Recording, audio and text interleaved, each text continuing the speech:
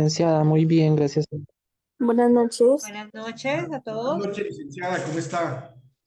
Buenas noches, licenciada. ¿Cómo está? Feliz Día de la Mujer.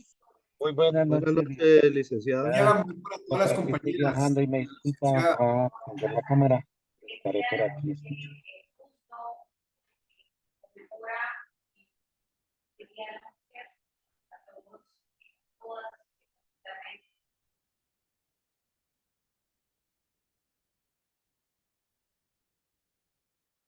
Realmente exaltar la labor de las mujeres en el país y en el mundo, por supuesto.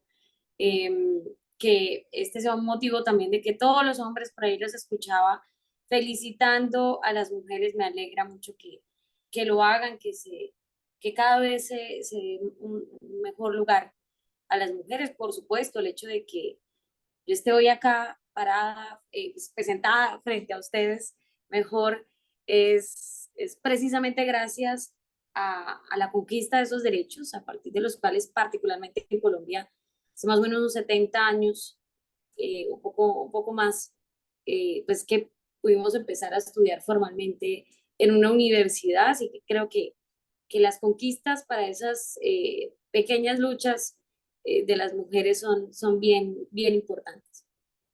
Bueno, además espero que a todas ojalá las hayan consentido mucho hoy. Y a las que no, todavía que durante el fin de semana siga siendo así. Bueno, vamos a empezar nuestra hora de sesión de clase. Nosotros hemos venido hablando en las últimas clases de los sujetos de derecho y nos hemos detenido particularmente en las personas naturales por precisamente esa vocación de permanencia que tienen las personas naturales, precisamente, digamos, esas múltiples facetas de las personas naturales y particularmente ahora estamos un poco dedicados a lo que corresponde a los atributos de la personalidad. Les pido un momento, por favor, para proyectar aquí las diapositivas y como les decía, estamos en ese escenario de lo que son los atributos de la personalidad.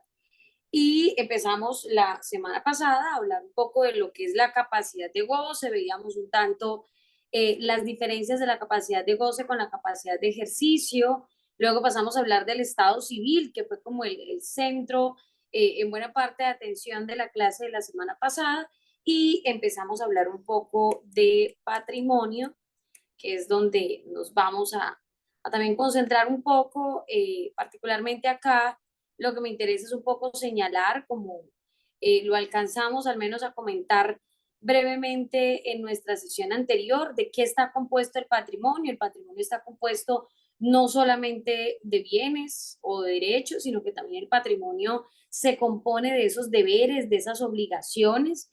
En materia un poco más contable podríamos hablar de que el patrimonio entonces no es solo activo bruto, sino que también dentro del patrimonio nosotros debemos considerar el pasivo, esos deberes, esas obligaciones que deben de alguna manera computarse dentro de ese patrimonio para finalmente obtener un activo líquido. Y hay una anotación que quiero simplemente reiterar porque ya la habíamos al menos mencionado, que es la idea precisamente de que el patrimonio es la prenda general de los acreedores. Y con eso, pues hacemos referencia a un elemento importantísimo. Ustedes, es importante que lo retengan en su mente en adelante, porque cuando hablen de obligaciones, cuando hablen de contratos, cuando hablen de bienes, de responsabilidad civil, cuando hablemos de títulos valores, por ejemplo, más adelante en otros módulos, pues se van a encontrar con que esta lógica resulta absolutamente relevante. Y es que las relaciones jurídicas entre los particulares, particularmente o especialmente mejor,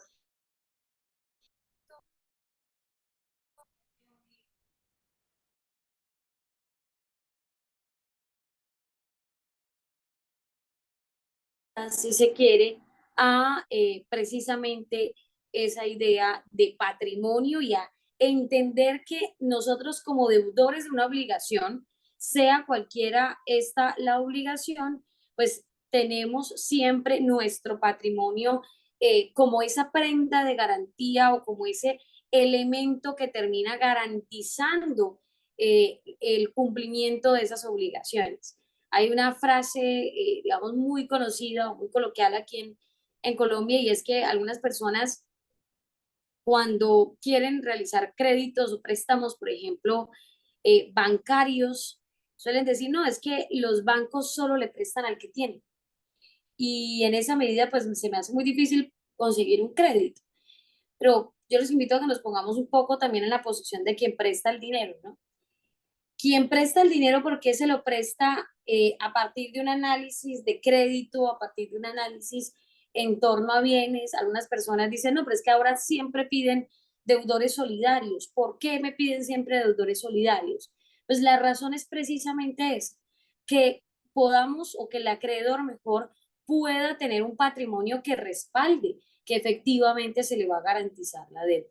Porque pues, si no nos vamos a encontrar con un deudor insolvente, con un deudor que no tiene patrimonio o al menos que no tiene activos dentro de ese patrimonio, a quien pues es imposible materialmente ejecutarle obligaciones. Por eso incluso desde hace algunos años se critica un poco la idea del patrimonio como atributo de la personalidad, porque se ha considerado que hay personas que pues realmente no tienen patrimonio. Sin embargo, esa idea, digamos, no ha sido aceptada del todo porque, como les decía, el patrimonio no solo está conformado por bienes, por activos monetarios específicamente, sino que también está conformada por derechos, está conformada por deberes y por obligaciones.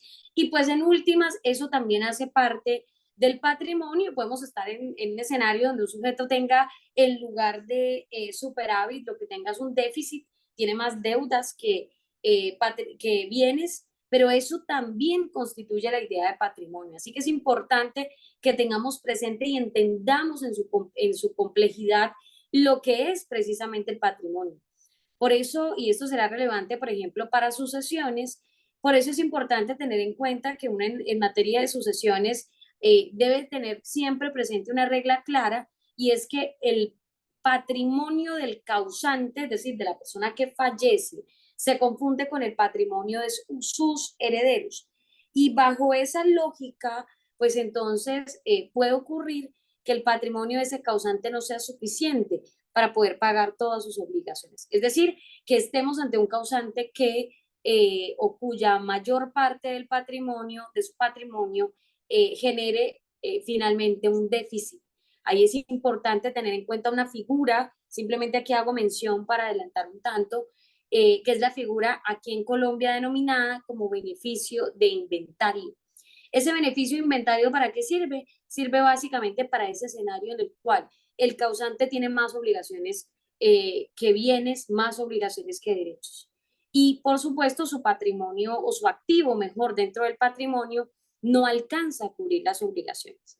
Si eso pasa y yo no invoco el beneficio de inventario, sencillamente como los patrimonios del causante y del heredero se mezclan, se entrelazan, pues entonces yo como heredero entro a responder por las obligaciones del causante, tengo que entrar a responderle a los acreedores de ese causante, así que la legislación pues ha previsto esta medida o esta figura que es el beneficio de inventario, un poco para proteger también el patrimonio de los herederos dentro de las sucesiones.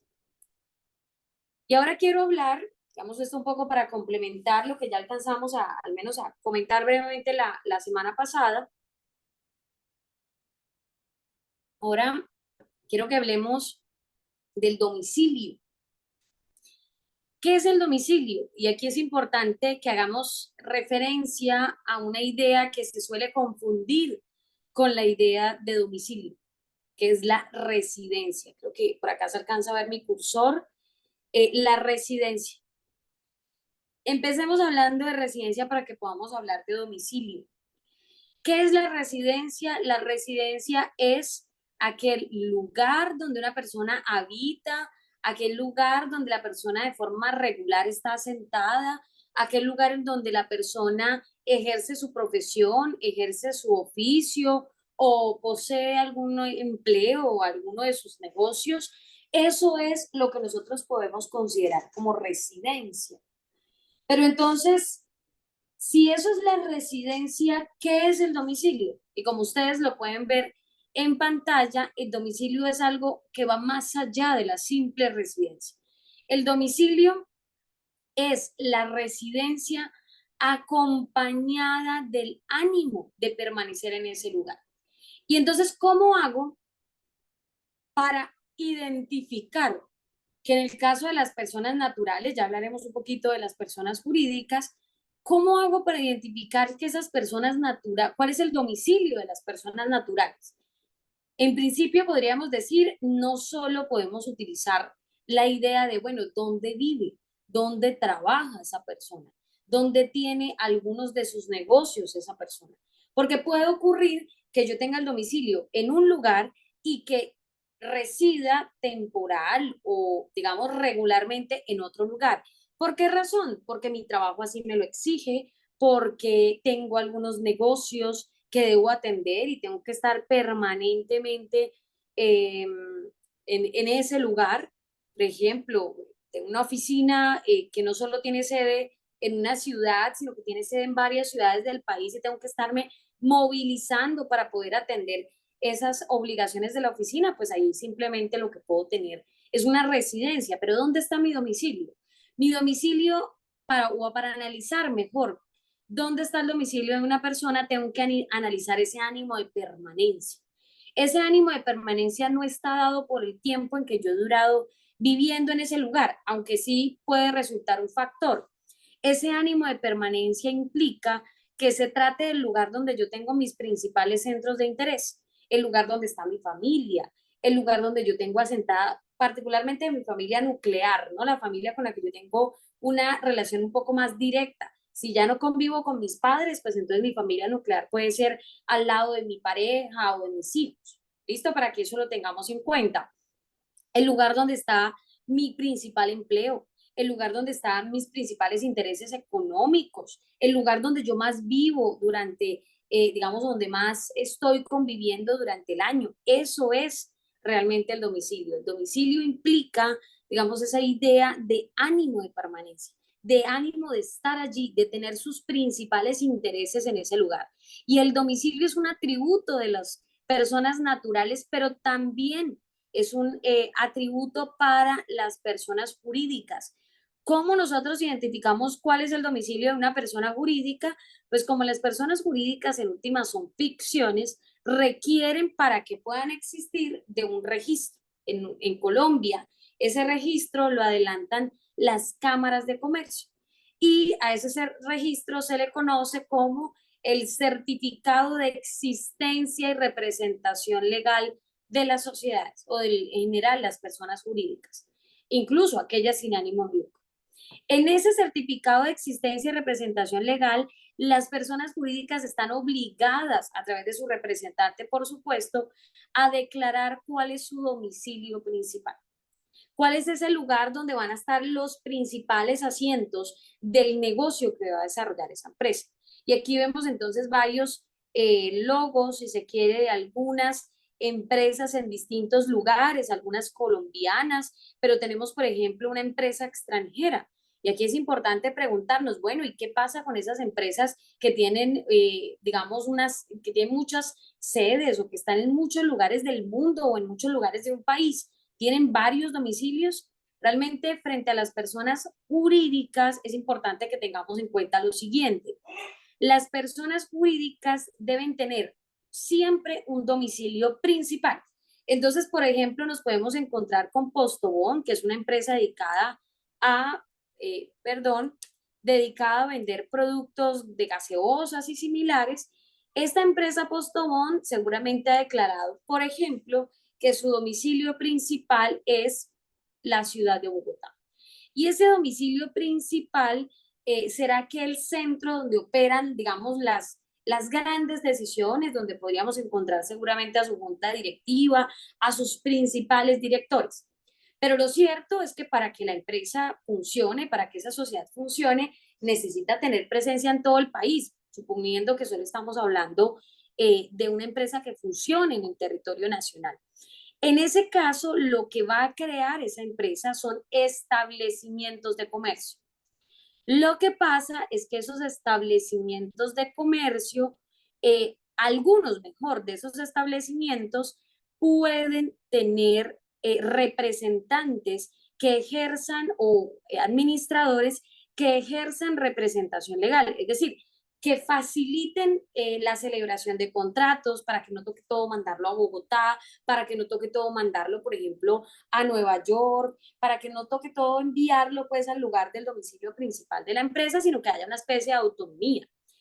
A esos establecimientos de comercio a los que se les asigna un administrador que tiene capacidad de representación legal, se les denomina sucursales. A los demás, y no todos los establecimientos de comercio tienen esas características. Normalmente, cuando las empresas tienen presencia en varias ciudades, tendrán una o dos sucursales por ciudad o algunas dependiendo digamos, la magnitud de la presencia que tengan que hacer en ese lugar. Pero normalmente tienen al menos una por ciudad, por gran lugar en el que, o por gran municipio en el que se asiente. Esas sucursales, reitero, son simples establecimientos de comercio. ¿Qué son los establecimientos de comercio? Son bienes, es un conjunto de bienes. Los establecimientos de comercio no son personas jurídicas y esto es importantísimo que lo tengamos en cuenta, porque en la práctica uno se encuentra con que a veces demandan esos establecimientos de comercio. Y demandar un establecimiento de comercio, me permitirán el ejemplo que puede resultar algo simple. Demandar un establecimiento de comercio es como demandar a este mouse, es decir, es demandar a un bien. A los bienes no se les puede demandar por una sencilla razón, y es que no son sujetos de derecho. Entonces pensemos, por ejemplo, en el siguiente caso. En Colombia hay un grupo empresarial, mejor, que es propietario de unos almacenes, unas grandes cadenas de supermercados que son muy famosas, como lo es el Éxito. Entonces, imagínense que ustedes fueron a comprar un televisor en el Éxito y el televisor salió con algunas fallas y ustedes desean hacer la reclamación. ¿A quién le tienen que hacer la reclamación? En principio, ustedes no le pueden o no les deberían mejor hacer la reclamación al Éxito del lugar X donde fui a comprar el televisor. La reclamación, pese a que usted lleve el televisor a ese lugar, debe estar dirigida contra el dueño de este establecimiento de comercio, porque eso que ustedes ven ahí, que es su marca, que es su logo, que son inventarios, eso es realmente un establecimiento de comercio, es decir, un conjunto de bienes. Y ese conjunto de bienes, en el caso del mundo físico, funciona en lo que se conoce como un local comercial. ¿Y ese local comercial qué es? Pues son 4 paredes, es un bien que alberga un establecimiento de comercio, que es la actividad económica, que es el conjunto de bienes que permite realizar esa actividad económica. Eso es importantísimo que nosotros lo tengamos en cuenta para que más adelante no cometamos errores demandando, reclamando a sujetos que no existen, reclamándole a lo que nosotros consideramos que es un sujeto, pero que realmente es un bien, es decir, es un establecimiento de comercio. Los establecimientos de comercio siempre deberán contar con un propietario que puede ser persona natural o que puede ser una persona jurídica. Ya volvemos un poquito con el tema domicilio. Julieta, cuéntame. Muchas gracias, licenciada. Buenas noches. Licenciada, una pregunta.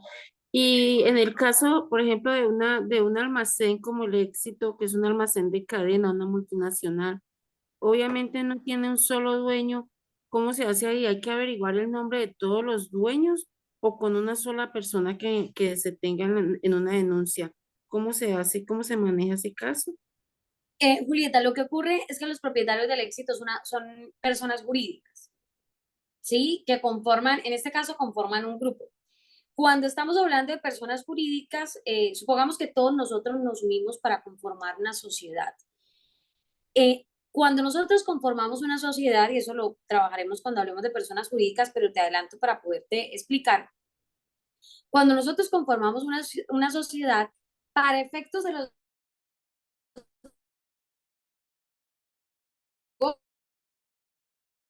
negocios, digamos, pues, Tatiana,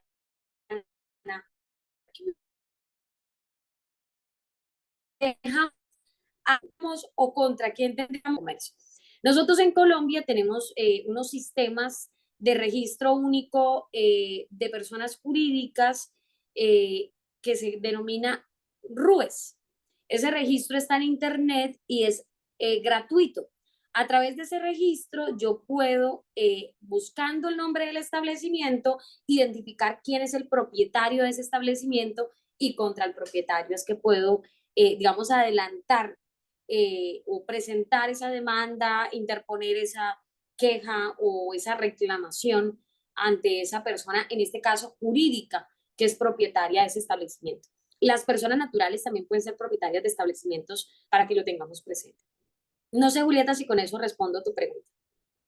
Señora. Sí, licenciada, muchas gracias. Con mucho gusto. Diego, buenas noches. Licenciada, buenas noches. Una pregunta, es que me causa curiosidad porque bueno, anteriormente escuché de que se puede embargar la razón social de un establecimiento. Más que la razón social, lo que se embarga es el establecimiento como tal.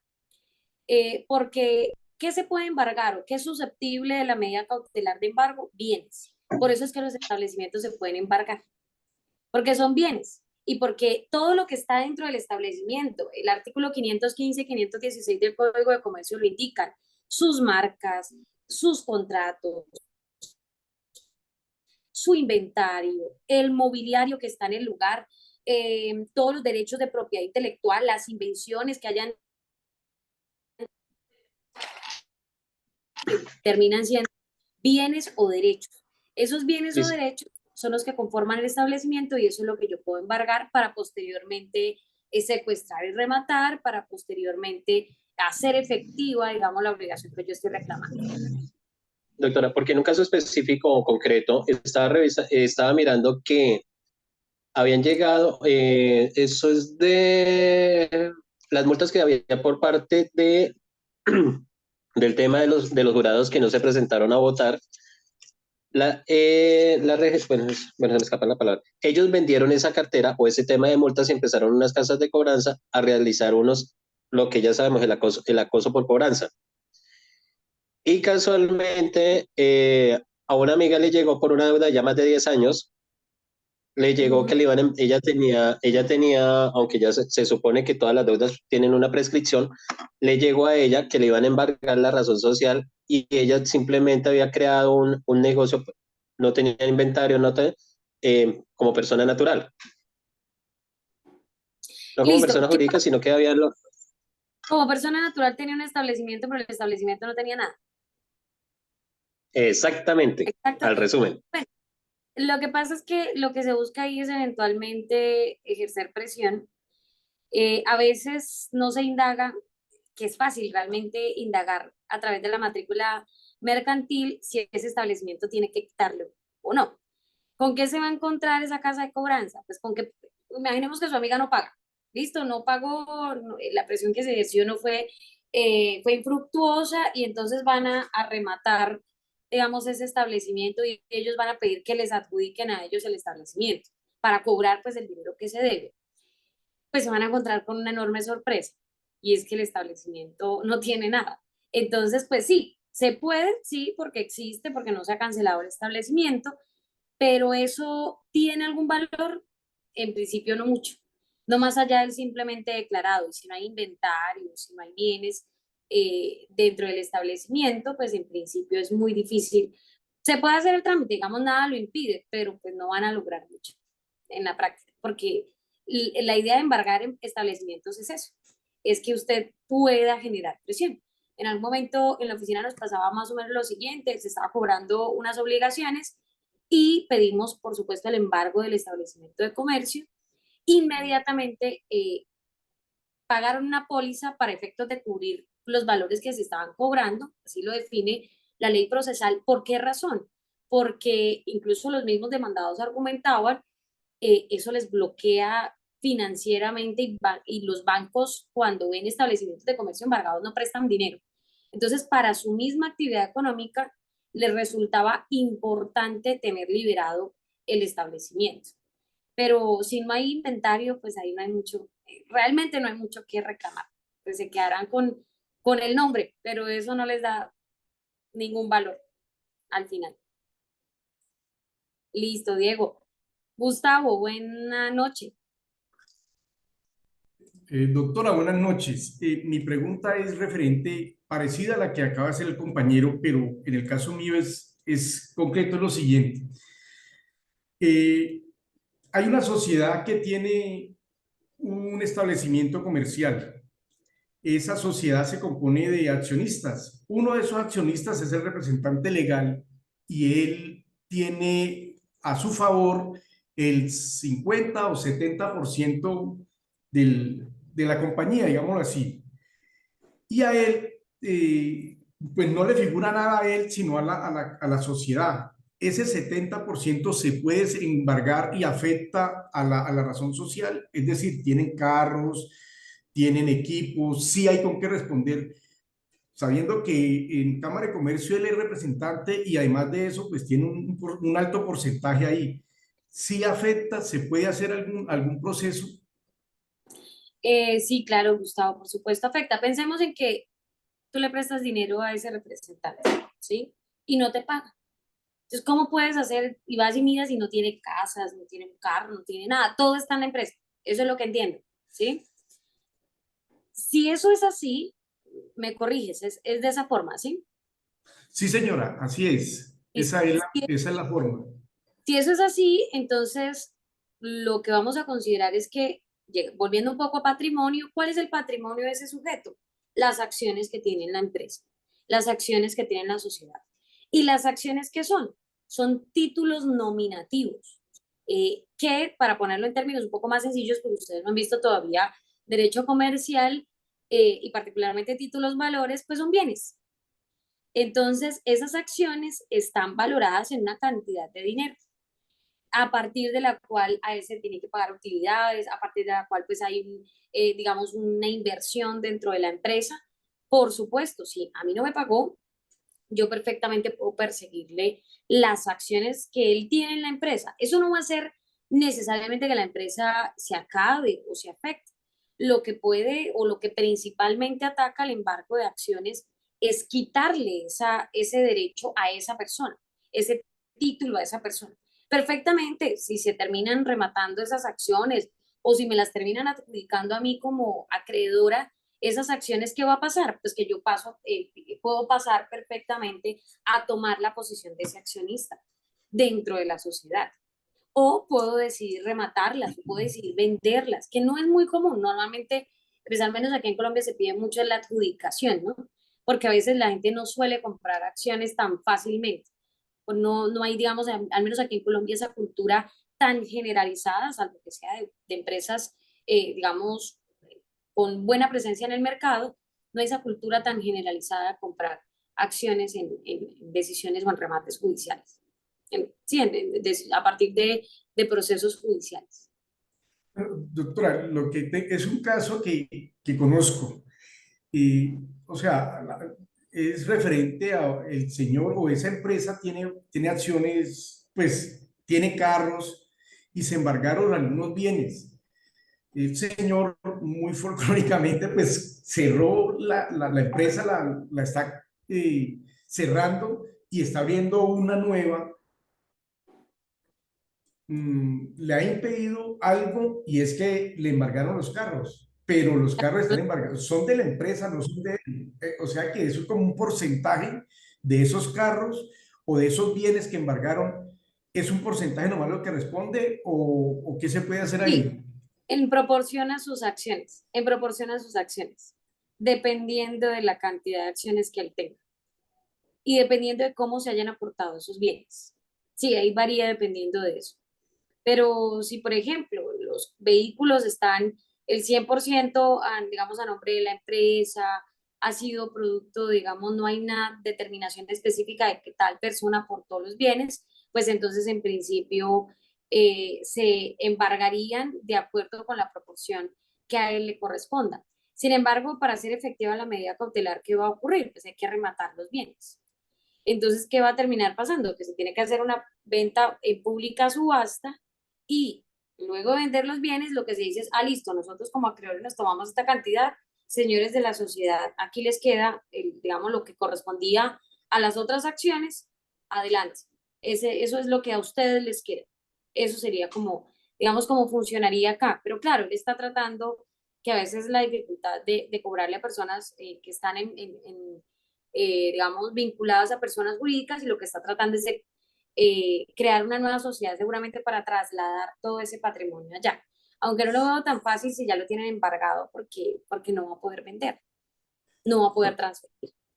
Bueno, pasa lo siguiente, él efectivamente ya hizo otra empresa, hizo otra con otros nombres, con otros socios, y los socios que tenían la parte minoritaria, que él debe tener por ahí el 80%, porque los socios, otros dos socios tienen el 20%, pues le dijo, fácilmente, dijo, hermano, pues la empresa se acabó, lo que había, sí, se embargó y se perdió en un negocio mal hecho y se perdió y ya, todos perdieron, pero efectivamente los socios están reclamando pues lo que queda, ¿no? Pero pues no se ha, digamos, llegar a la fase de donde se hacen los remates de los bienes, pero él ya empezó como a llevarse los bienes para allá y le dijo, hermano, estos están embargados, ahí están los carros viejos, sí, los acabó y está acabando, afectando también la sociedad. Entonces los socios empezaron también pues sus acciones legales en mi concepto, no sé si ellos como son copropietarios pueden liberar más fácil el bien o simplemente hasta que no se subsane la primera falta, ellos iniciarán un proceso y estarán inmersos ahí mismo, o sea, es como otro embargo que recae sobre los mismos bienes, porque ellos están peleando la parte Sí, de ellos. sí, claro, es que incluso ellos podrían perseguir, y esto un poco saliéndonos algo de tema, pero ellos podrían perseguir una acción social de responsabilidad, porque los representantes legales tienen la función de administradores y realmente ahí pudo haber una falla de él como administrador. ¿Cuál sería el problema? Que el señor no tiene con qué responder, ¿no? No tiene bienes o activos mejor dentro de su patrimonio. Esa sería una dificultad, no jurídica, sino económica y práctica, ¿sí? Porque a veces, claro, uno sabe que tiene la razón. El problema en materia, digamos, económica, comercial, como lo sería este tipo de asuntos, es el deudor tiene con qué responder. Bueno, y no se podría perseguir porque la sociedad que hizo o la empresa que hizo, la hizo a nombre de los hijos. Digamos, complicado No se podría perseguir porque los hijos no tienen con qué crearla, sino que pues en la todos práctica sabemos les que va. la hizo. Se puede seguir persiguiendo esa nueva empresa o no? Se le puede perseguir a él como socio, no al empresario. Ah, perfecto, listo. Bueno, muchas gracias por su aclaración. Sí, señor, entendido.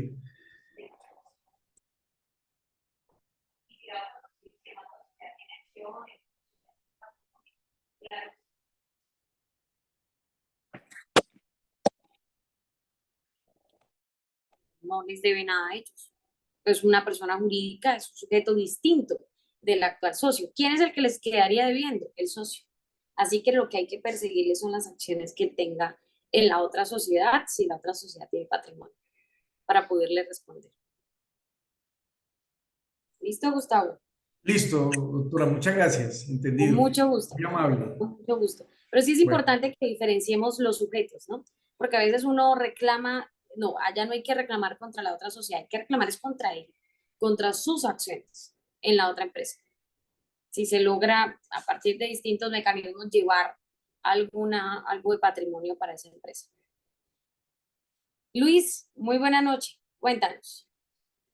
Hola, licenciado, buenas noches, gracias. Respecto a este tipo de obligaciones, mi pregunta es, ¿hay un tiempo limitado o hay una prescripción como tal para estas obligaciones? ¿Cuáles obligaciones? Cualquier tipo de obligación, si existe de pronto, no, esa persona deudora no canceló dentro de su momento, pasó X número de tiempo, como años, ¿esa deuda prescribe como tal o existe algún tiempo en decir, después de 5 años ya esa deuda es archivada o prescribe? ¿Me logro Sí, entender? ok, perfecto, te entendí perfecto. Sí, hay varios términos de prescripción.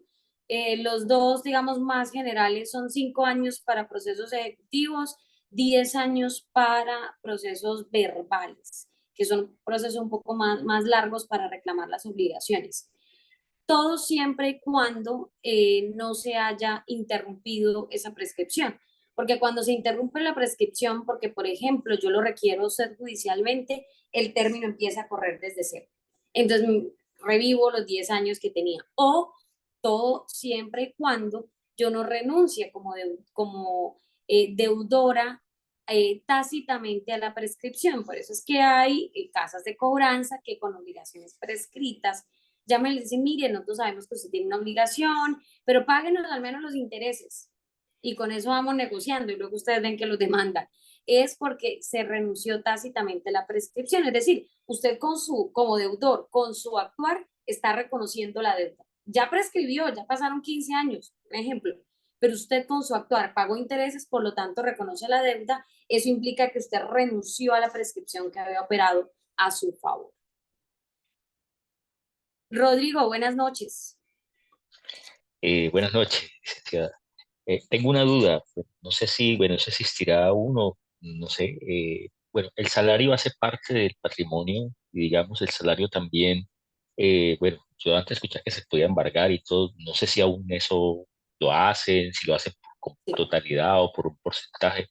Eh, Sí, lo que pasa es que si se trata de salario mínimo, no se puede embargar, digamos, la totalidad, porque pues, de alguna manera lo que se respeta es ese mínimo, ¿no? Para la subsistencia, salvo que se trate de cierto tipo de obligaciones, como cuáles, obligaciones alimentarias, obligaciones fiscales, obligaciones de cooperativas, esas no, digamos, esas sí tienen la posibilidad de incluso tocar el patrimonio de lo que sería el salario mínimo, hasta en un 50%, por ejemplo, para obligaciones alimentarias.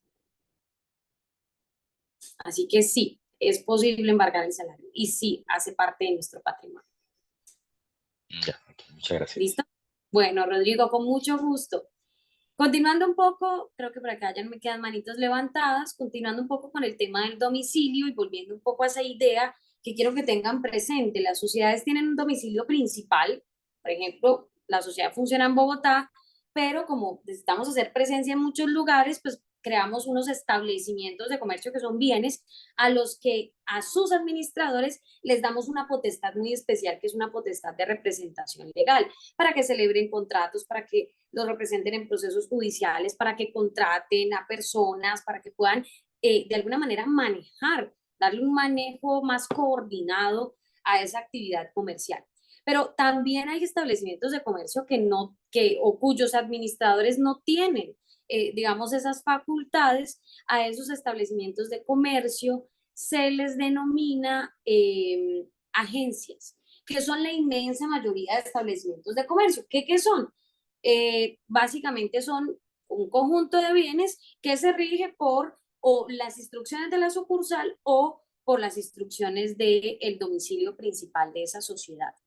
Ahora, es importante que tengamos en cuenta que cuando se trata de sociedades extranjeras, como por ejemplo en Colombia, lo podría ser Coca-Cola, lo que muchas empresas extranjeras o sociedades extranjeras hacen para poder tener presencia en un determinado país, como Coca-Cola, que tiene pues, presencia en todo el mundo, no es crear varios domicilios. Coca-Cola tendrá su domicilio principal, diré cualquier cosa, en este momento no tengo presente el domicilio de Coca-Cola, pero supongamos que el domicilio de Coca-Cola queda en Houston, en Texas, en Estados Unidos. Ese domicilio principal de Coca-Cola no va a variar, ese es su domicilio principal. Lo que va a ocurrir es que Coca-Cola va a crear sucursales de sociedad extranjera en cada uno de los países a los que va a, digamos, llevar su operación, en los que va a actuar económicamente. Esas sucursales de sociedad extranjera tienen la misma lógica que les acabo de comentar de la sucursal, que tiene un administrador que tiene capacidad o poder mejor para representar legalmente a esa sociedad, pero reitero, sigue siendo un establecimiento de comercio. Muchas empresas, digamos, internacionales que nosotros vemos en cada uno de nuestros países, pues no son otra cosa que sucursales de sociedades extranjeras. También la sociedad puede crear sociedades dentro de un país para tener presencia allá, también lo puede hacer, como pasa ahora mucho con lo que se conoce con los grupos empresariales. Resulta que una empresa, pensemos en Johnson y Johnson, es una empresa muy grande, digamos, de grandes proporciones en el mundo. Esa empresa puede crear a su vez otra empresa en Colombia y lo que hace es controlarla. Es decir, la empresa de Colombia le responde o es controlada por una empresa que está en otro lugar. ¿Eso se puede? Claro que se puede. ¿Qué pasaría con esa empresa que se crea en Colombia y el domicilio? ¿Cuál sería el domicilio principal de la empresa que se creó en Colombia? Alguna ciudad de Colombia donde se haya decidido crear la empresa. Pensemos en Medellín, por ejemplo. Entonces, eso es importante, digamos, que lo tengamos en cuenta para que entendamos las distintas formas en cómo funciona el domicilio, no solo con las personas naturales, sino también, que es un poco quizá más sencillo, sino también con las personas jurídicas que tienen una visión muy especial de lo que es, digamos, esa idea de domicilio. Y aquí una anotación final. Resulta que cuando yo celebro contratos, en muchos casos se define por las partes lo que se entiende o lo que se conoce como domicilio contractual. Básicamente, ¿a qué hace referencia esa idea de domicilio contractual?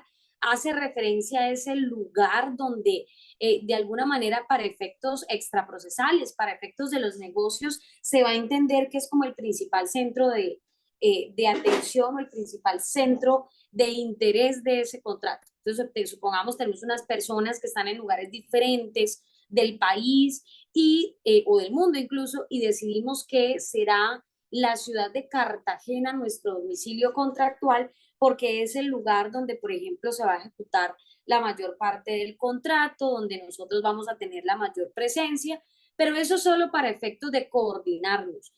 No tiene ningún otro efecto, solo que lo traigo a colación porque ya no tanto, pero se ha solido, se suele, digamos, por muchos años utilizar esa idea de domicilio contractual. Gloria, muy buenas noches.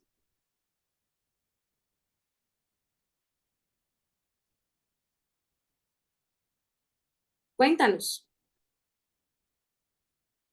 Gloria, tienes Maestra, buenas noches. Muy buenas noches. Cuéntame.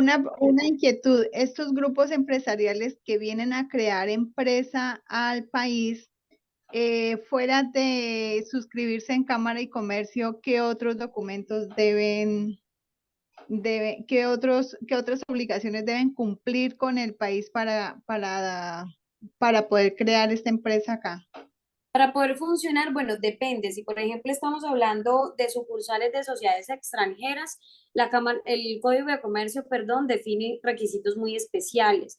Tiene que protocolizarse una serie de documentos a través de escritura pública. Esos establecimientos de comercio tienen que crearse a través de escritura pública.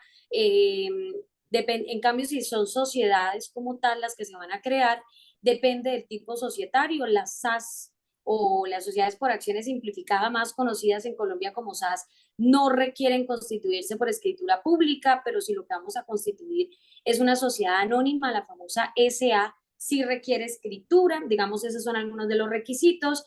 También se requiere, por ejemplo, dependiendo de la actividad económica, solicitar algunas autorizaciones a las superintendencias, la superintendencia de sociedades, que sería la regla general, pero si esa empresa o esa sociedad o esa sucursal va a prestar, por ejemplo, servicios financieros, tendrá que solicitar la autorización de la superintendencia financiera, porque es la que las vigila, la que las regula.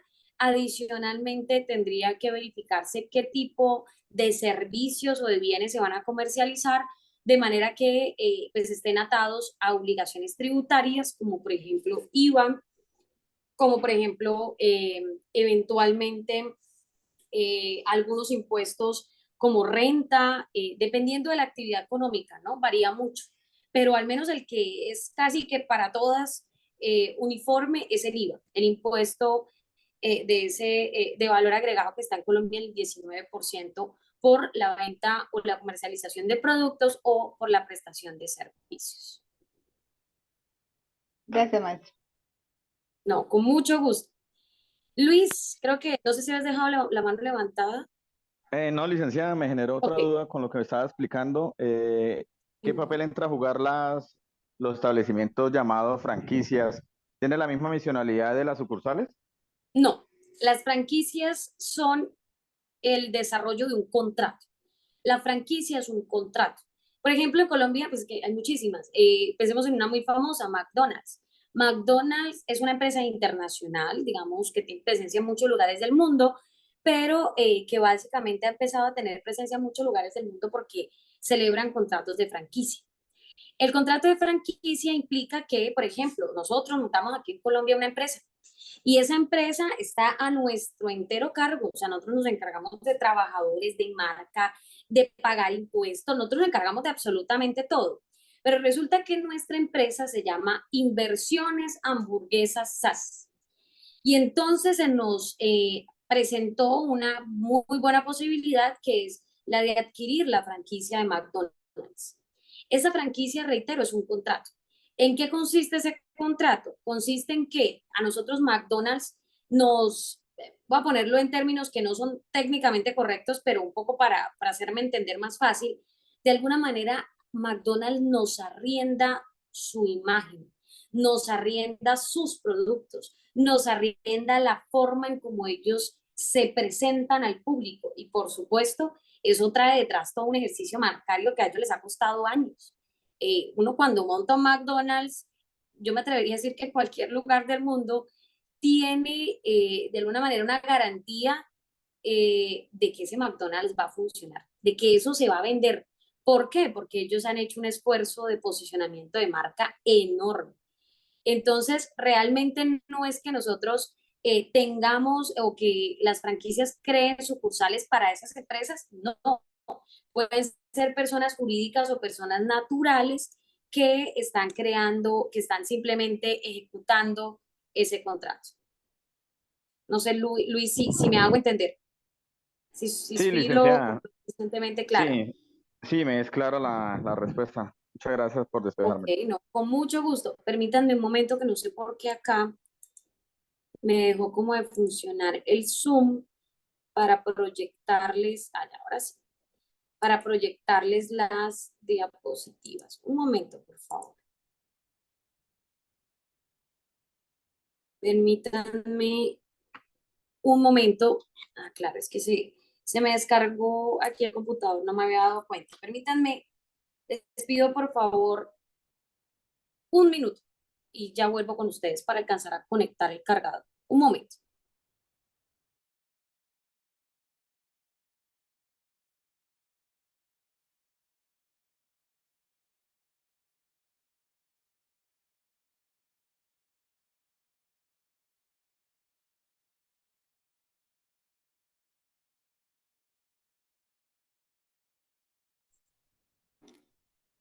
Ya estoy de nuevo por aquí, creo que les pedí mucho tiempo, eso eran segundos lo que necesitaba, realmente. Listo, aquí estamos, ok. Vamos a ver que aquí ya es, esto proyecte. ¿Me pueden confirmar, por favor, si estamos proyectando? Sí, licenciada. Sí, señora. Efectivamente, licenciada. Ok, perfecto. Entonces, habiendo hablado un poco del domicilio, pasemos a otro de los atributos de la personalidad, que es la nacionalidad.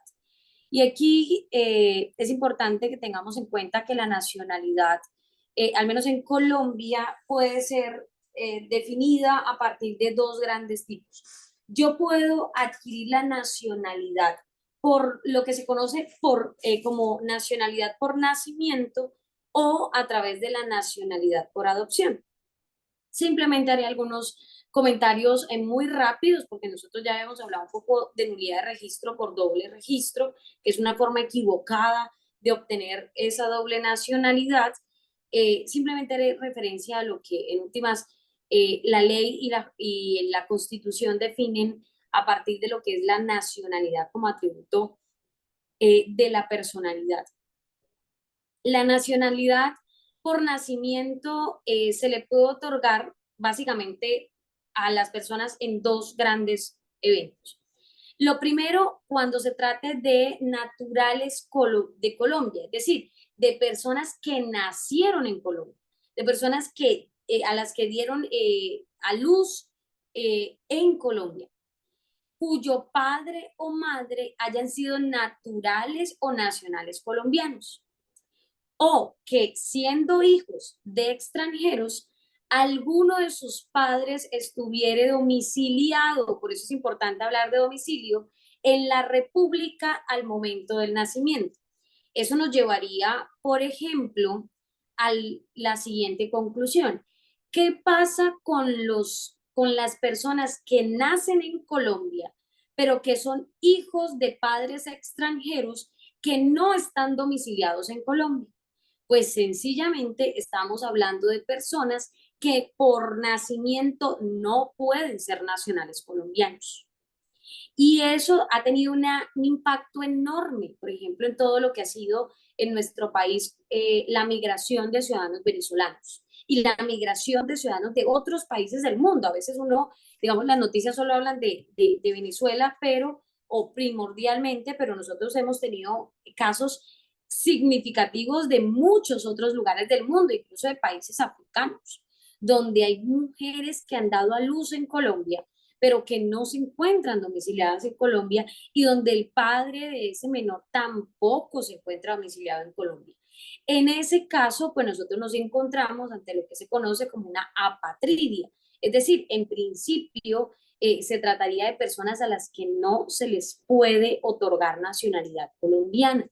Si no se obtiene tampoco la nacionalidad, por ejemplo, del país de origen de los padres, entonces tendríamos a la famosa figura de la apatridia, gente que no es, o personas que no son de ningún lugar, es decir, que no son nacionales de ningún país. Y eso es lo que a veces se venía presentando un poco con la migración venezolana, eso es lo que se presenta o las dificultades que se generan a partir de estados que de alguna manera desamparan, si se quiere, a sus nacionales y que terminan los nacionales en una, digamos, en una encrucijada muy fuerte, porque vean ustedes que aquí en Colombia, pese a que usted haya nacido en el territorio colombiano, si no tiene padres que aunque sean extranjeros, se encuentren domiciliados en Colombia, usted no tiene derecho a ser nacional colombiano por esta primera causal, por nacimiento. Ahora, segundo escenario para obtener la nacionalidad de colombianos, pero que nacen en tierra extranjera y luego se domicilian en Colombia. Lo que pasaba en algún momento cuando algunas personas, o lo que ha pasado en muchos casos, donde algunas personas nacen fuera del país, pero sus padres, por ejemplo, son nacionales colombianos y finalmente estas personas se domicilian en Colombia. Y tenemos tres grandes escenarios de lo que se conocería como el domicilio o la nacionalidad mejor, por adopción. No sé qué pasa, se está desconectando un poco la presentación. La nacionalidad por adopción se puede obtener a partir de tres grandes presupuestos. El primero es que se trate de extranjeros que soliciten y obtengan carta de naturalización, de acuerdo con lo que dispone la ley, que es básicamente una solicitud que se hace, por ejemplo, ante el Ministerio de Relaciones Exteriores para efectos de que me naturalicen como ciudadano colombiano. Que aunque yo sea extranjero, me puedan considerar como nacional colombiano. Y ahí es donde encontramos, digamos, esos famosos casos de personas incluso reconocidas en algunos casos socialmente, a quienes sin ser nacionales colombianos les han terminado otorgando la nacionalidad.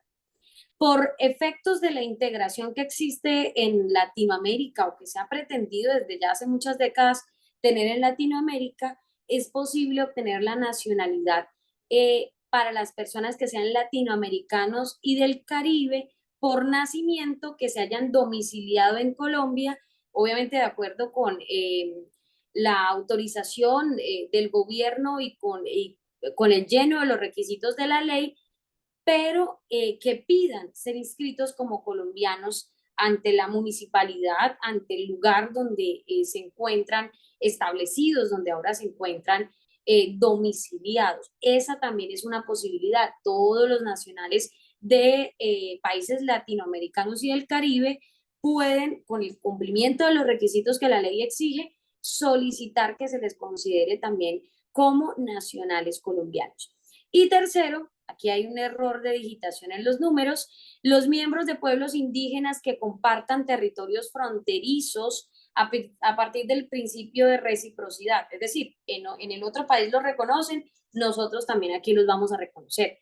Por ejemplo, en el Amazonas tenemos pueblos indígenas que comparten un mismo hábitat y que de alguna manera están trasladándose constantemente de un lugar a otro porque ellos hacen parte normalmente de un mismo pueblo, de una misma comunidad de pueblos indígenas y en esa medida reconociendo esa multiculturalidad que tenemos nosotros en nuestro país, pues se permite la adquisición de nacionalidad por adopción también para pueblos indígenas como una excepción, digamos, muy especial frente a ese tipo de poblaciones.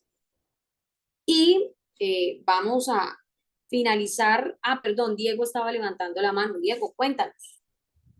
Doctora, estaba mirando bueno, ¿qué día estaba mirando algo? No, no recuerdo bien si fue con Chile, en tiempo de guerra, el gobierno colombiano o el presidente colombiano declaró que en caso hipotético de que ese país fuera a presentar que simplemente, que simplemente estos ciudadanos que perdieran su patria, con el solo ingresar al país Colombia, adquirían automáticamente la nacionalidad colombiana. ¿Está en la potestad de un presidente hacer algo así? Pues lo que ocurre es que, bueno, no sé si en algún momento fue así, ese dato histórico honestamente no lo tengo al menos presente en este momento, pero ¿qué pasa con la actualidad nuestra aquí colombiana? La disposición de cómo se adquiere la nacionalidad, tanto por nacimiento como por adopción, se define a partir primero de la Constitución. Entonces, en principio, para responder tu pregunta, yo diría el órgano ejecutivo, que sería un presidente, no podría estar por encima de la Constitución. Y segundo, un presidente, por muy presidente que pueda ser, no puede estar por encima de la ley tampoco. Así que también la nacionalidad, digamos, la posibilidad de adquirir la nacionalidad por nacimiento o por adopción, está arreglado no solo por la Constitución, sino que ha sido desarrollado en detalle por la ley. Entonces, en principio, pensaría que a partir de la regulación actual, pues no sería tan fácil realmente la toma de ese tipo de decisiones. Eh, Honestamente desconozco ese antecedente histórico, pero al menos al día de hoy, digamos, con ese presupuesto, diría, no es tan fácil que a partir de una decisión gubernamental se pueda Sí, simplemente tomar estas decisiones. Por supuesto, sí, podría ser a estaba con partir la, de los... perdón, doctor, Excúsame. sí estaba con una norma anterior a la Constitución del 91 y si no estoy mal fue con Chile. Ok, chévere el dato. Voy a buscarlo a ver qué encuentro. Pero sí, de acuerdo con la Constitución, es poco probable, salvo que a partir de facultades extraordinarias, el presidente pueda eventualmente tener esa potestad, ¿no? Pero esas facultades extraordinarias, recordemos que tienen control constitucional, deben en muchos casos ser avaladas por el Congreso de la República, así que vienen todo el tema de contrapesos de los otros poderes públicos. Eh, El país es Paraguay, Paraguay, ¿sí? ok, Es Paraguay, no Chile, sino Ok, Paraguay. gracias. Ok, ok, sí, pero Diego, existe. Eso es por una guerra que hubo en 1864. Hay un convenio ahí entre Colombia y Paraguay que dice que los ok, colombianos en somos paraguayos y los 1900, paraguayos y los paraguayos son colombianos. Es lo mismo que ok, pasó con los cubanos con Estados Unidos, doctora. em, digamos que no sé qué tanto, porque según lo que les entiendo fue, digamos, una norma que lo habilitó en el caso de Paraguay. ¿Es correcto? Reitero, no tengo el dato histórico a la mano. Es algo parecido con Estados Unidos, doctora, con Cuba. Ah, ok, te entendí mal. Pensé que Colombia con Estados Unidos, ok. Sí, esas figuras, eso es en atención precisamente a la idea de reciprocidad de la que nos habla de la posibilidad de adquirir la nacionalidad por adopción. La reciprocidad, que es un principio del derecho internacional, tanto público como privado, permite que los estados, si en un estado me reconoce como nacional, en el otro también se puede hacer, o permite que a partir de decisiones, digamos, extraordinarias se habilite, digamos, esa posibilidad.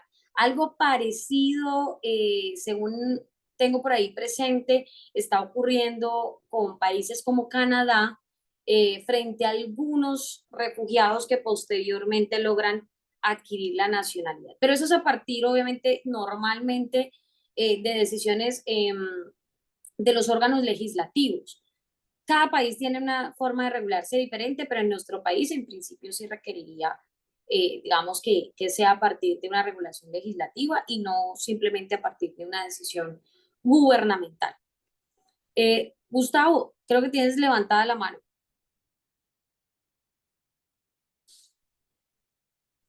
Doctora, una pregunta. Cuando se nace, cuando un bebé nace en un avión en vuelo, ¿quién determina la nacionalidad? ¿El piloto o a través de los controles que emane el avión? Cuando lleguen a tierra, ¿lo reportan o cómo se haría eso? Esa es una pregunta muy chévere, muy interesante. En principio, ¿qué pasa? Frente a este tipo de asuntos, hay tratados internacionales que definen la nacionalidad de las personas cuando nace, por ejemplo, en vuelos, cuando nacen en alta mar. Entonces, estamos en alta mar, ¿esto de quién es? Eso son aguas internacionales. ¿A quién le corresponde realmente otorgar la nacionalidad? Por ejemplo, si eso ocurriera, nosotros podemos tener varias opciones. La primera es acudir a esas reglas de esos tratados internacionales, donde se define, por ejemplo, que se determinará por el lugar de, si no recuerdo mal, si me recuerdo no es equivocado, por el lugar donde se encuentra por el espacio aéreo en el que se encuentra, digamos, ubicada esa persona, pero eso per se no le da nacionalidad. Eso lo que permite es identificar dónde nació el sujeto. Lo que determina la nacionalidad es, por ejemplo, cualquiera de estas circunstancias que ustedes pueden ver en pantalla. Yo pude haber nacido en alta mar, pero eso, o pude haber nacido en el espacio aéreo, estábamos volando, nació la persona en el espacio aéreo de China, pero eso me hace inmediatamente ciudadano o nacional chino.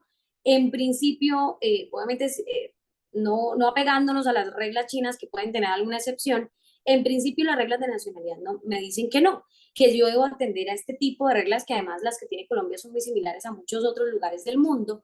¿Por qué? Porque yo pude haber nacido en un país extranjero, recuerden, pero si mi padre o mi madre, en el caso colombiano, no está domiciliado en este país, yo no puedo, en ese país yo no podría ser nacional. Pensemos que se trata de un padre, el padre, la madre, por ejemplo, en un vuelo y el hijo nace en espacio aéreo colombiano.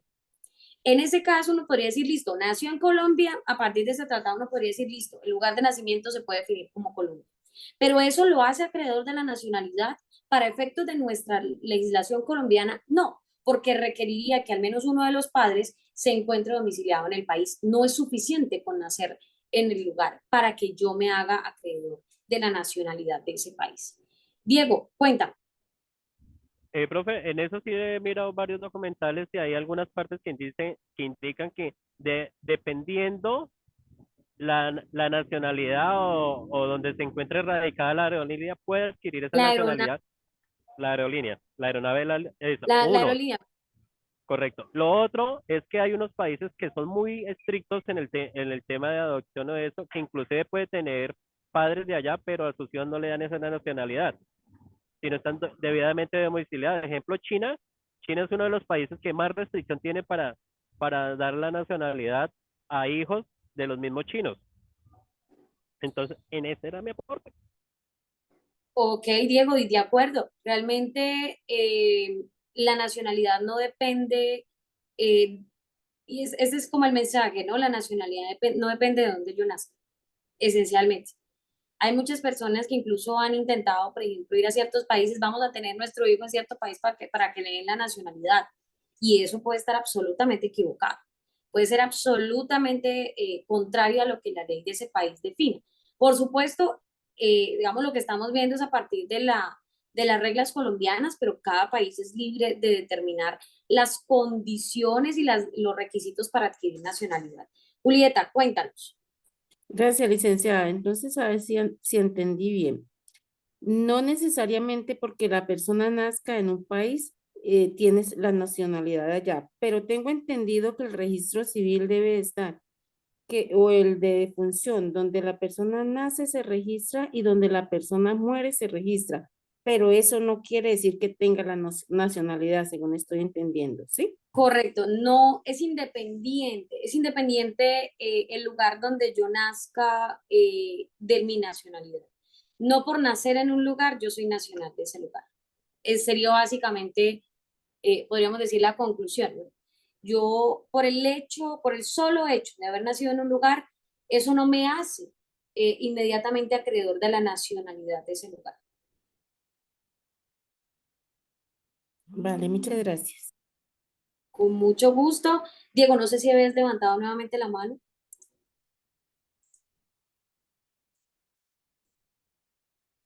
O se te había quedado levantada quizá. Está claro, maestra. Ok, perfecto. Bueno, voy por aquí a tomar la asistencia. Ya se nos acabó el tiempo aquí pasa volando. Voy a tomar la Ya la bajé, asistencia maestra. y nos despedimos entonces. Alex Amir Mansa,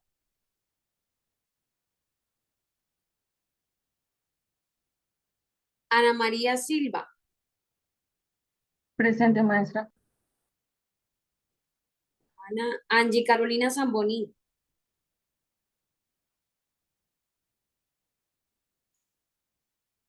Carlos Alonso Rodríguez. Presente, docente. Buenas noches. Buenas noches. Carlos Alfonso Rueda.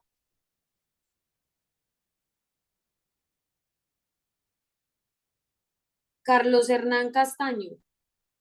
Presente, licenciada. Noches. César Iván Mosquera.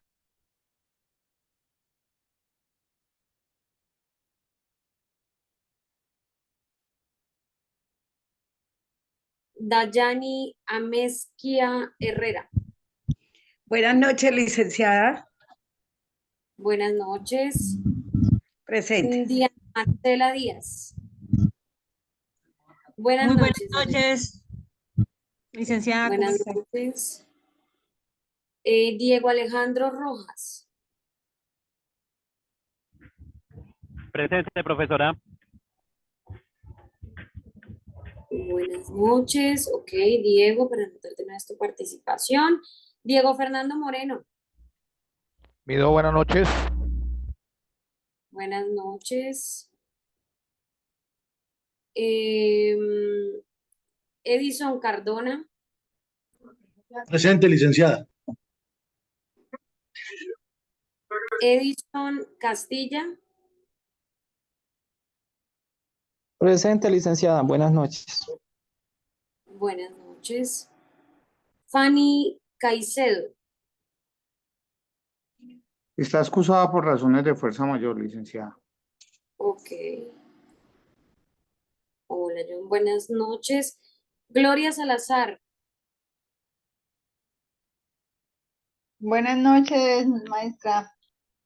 Buenas noches. Gonzalo Mejía.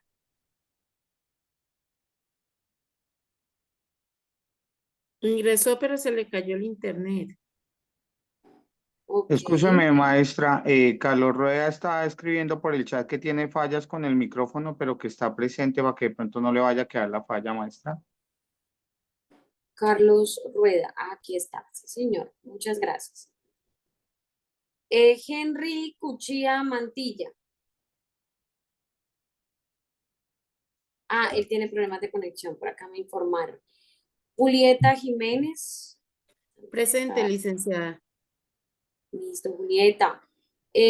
Jorge Eliezer Caicedo también tiene algunos problemas de conexión, me han informado. Laura Catalina Rentería. Buenas noches, presente, licenciada. Buenas noches, Laura. Laura Camila Álvarez Loaiza. Buenas noches, licenciada. Buenas noches. Linda Rocío Jiménez. Buenas noches, presente. Buenas noches. Luis Fernando Morgado. Buenas noches, licenciada, presente. Buenas noches. Luisa María Angulo. Ah, no, creo que ya se retiró. María Isabel Mausa. Buenas noches. Buenas noches. Marlon Mauricio Bermeo. Buenas noches, presente. Buenas noches. Melanie Beltrán. Ah, Melanie está escribiendo aquí en el chat. Paula Andrea Forero. Buenas noches, licenciada. Buenas noches. Jenny Claudia Ramos. Buenas noches, licenciada. Buenas noches. Rodrigo Arias Franco. Buenas noches, licenciado, presente. Buenas noches. Wilfer Gómez Castillo.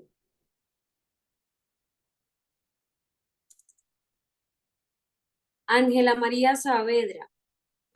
Buenas noches, licenciada, presente. Buenas noches. John Torres también está por acá.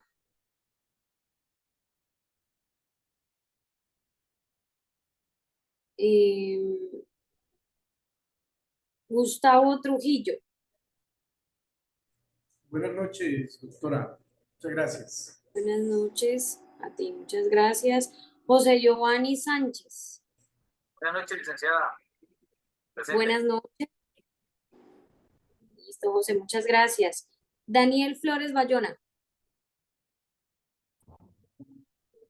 Buenas noches, licenciada. Dios le bendiga. Buenas noches. Bueno, a todos, muchas gracias por su atención el día de hoy. Nos vemos entonces en nuestra próxima sesión de este módulo. Que estén muy bien, muy buen fin de semana. Muchísimas gracias, licenciada. Gracias, licenciada. licenciada. Feliz Feliz fin noche. de semana. Todos mis Feliz compañeros. noche para todos. Muchas gracias.